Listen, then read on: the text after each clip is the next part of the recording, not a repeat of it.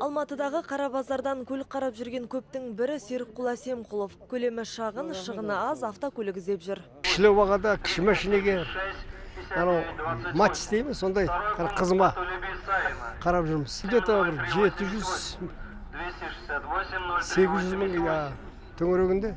Мәшін бәрі қымбат, ондай жоқ баға. 1 миллионнан жоғары бәрі. Автокөлік базарында Серікқұл Әсемқұлов секілді ескі болса да бағасы 1-2 миллионнан аспайтын темір тұлпар тапқысы кеп жүргендер көп. Бірақ сатылымға шығарылған көліктің көбі одан қымбаттау. Машина жоқ болып тұр, жаңасы жоқ болып. Баяғыда көп еді, қазір жоқ қой. Toyota Карин алдым. 1,2 миллион. Сарапшылар елімізде өткен жылмен салыстырғанда автокөлік бағасының қымбаттағанын айтады. Жеңіл автокөліктер 18%-ға, ал премиум классындағы көліктердің бағасы 16%-ға өскен. Қарапайым халықтың көбіне арзан темір тұлпар алатынын айтқан сарапшылар автонарықтағы жағдайдың мәз емес екенін алға тартады. Қазіргі жағдай қиын. Себебі жаңа көліктер шетелден, Еуропадан кіргізіліп жатқан жоқ. Кедендік одаққа байланысты бізде нақты кедергілер бар. Ол жаңағы эвак деген батырмасы, сос деген, сосын исофикс деген балалардың белдігін орнататын сондай қондырғы болу керек көлікте. Сосын көлік Евро 4 стандартына сай болу керек. Жылы 7 жылдан ескі болмау керек көлік. Сарапшылар еліміздегі айдалған арзан машиналардың басым көпшілігінің тозығы жеткен дейді. Ал орта бағадағы автокөліктерді халықтың қалтасы көтермейді. Сондықтан сұраныс жоқтың қасы. Ортасы жоқ. 6-7 миллиондық машиналарды қолма-қол сатып алатын азаматтар бізде өте аз. Яғни біреу кедей, біреу бай. Біреулер тозығы жеткен арзан көліктерді қанағат тұтса, енді біреулер үшін бағадан бұрын комфорт маңызды. Сарапшылардың айтуынша, соңғы кездері бизнес-класстағы автокөліктерді сатып алушылар қатары көбейген. Өткен жылы бизнес-класстағы автокөліктердің 8% ғана сатылса, биыл 20% өткен. Оның бір себебі автонесиелеу бағдарламалары. Мәселен, Қазақстандағы бір ғана автосалонның өзінде 2018 жылы жаңа көлік сатып алғандардың 55% несие арқылы рәсімдеген. Бүгінгі күні қазақстандықтарға жеңілдікпен автокредит беру бағдарламасы аясында отандық жеңіл автокөліктерді сатып алу мақсатында коммерциялық банктер арқылы жеңілдіктен несие беріліп жатыр. Бағдарламаның шарттары мынадай. Сыйақысы номиналдық мөлшерлемесі жылдық 4%-дан аспауы тиіс. Мерзімі 7 жылдан аспауы тиіс.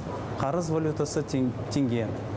Жеңіл автокөліктің бір бірлігінің құны 15 миллион теңгеден аспайды. Соңғы 3 жыл ішінде 13 мыңға жуық қазақстандық отандық өндірістің жаңа автомобильдерін сатып алған. Ал 2017 жылы 1,5 жеңілдетілген несие рәсімделсе, биылғы жылдың 10 айында 3 мыңға жуық несие берілді. Айта кетейік, 20 жылға есептелген бұл бағдарлама 2015 жылдың сәуірінде іске қосылған. Қаржыландыру револьверлік жолмен жүзеге асады. Яғни жұмыс істеп тұрған кредиттерді өтеуден түсетін төлемдер жаңадан автонесие беруге жұмсалады. Бағдарлама шеңберінде автонесие беруге 2015-2016 жылы ұлттық қордан 26 миллиард теңге бөлінсе, ағымдағы жылдың басында бюджет қаражаты есебінен тағы 8 миллиард теңге жіберілді. В январе 2017 года 2017 жылдың қаңтарында Қазақстанда құрастырылған автомобильдерді сату үлесі 28%-ды құраса, 2018 жылдың қазан айында отандық автомобильдердің сатылым үлесі 51%-ды құрады. Жалпы алғанда отандық өндірушілердің автокөліктеріне деген сұраныстың өсуі байқалады. Ал көлік сатып алу белсенділігі бойынша бірінші орында Алматы, одан кейін Атырау, ал үшінші орында Астана қаласы тұр. Қымбат темір тұлпарлар арасында ең танымал брендті атау мүмкін емес. Себебі талғам әртүрлі.